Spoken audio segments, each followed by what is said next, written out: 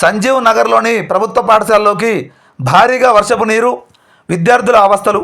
ఇక పూర్తి సమాచారం మేరకు పల్నాడు జిల్లా చిలకలూరిపేట నియోజకవర్గం చిలకలూరిపేట పట్టణంలోని సంజీవ్ నగర్లో ప్రభుత్వ పాఠశాలలో భారీగా కురిసిన వర్షానికి నీరు వచ్చిందని బుధవారం మధ్యాహ్నం 1 గంట సమయంలో పాఠశాల విద్యార్థులు, ఉపాధ్యాయులు పేర్కొన్నారు.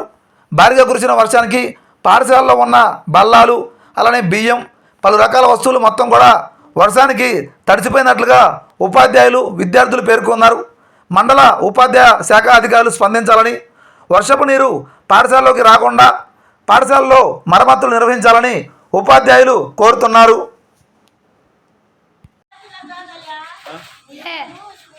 మరి అసలు ఎందుకు వస్తున్నాయి అంటే రోడ్డు మీద కాలువలు రెండు పొంగి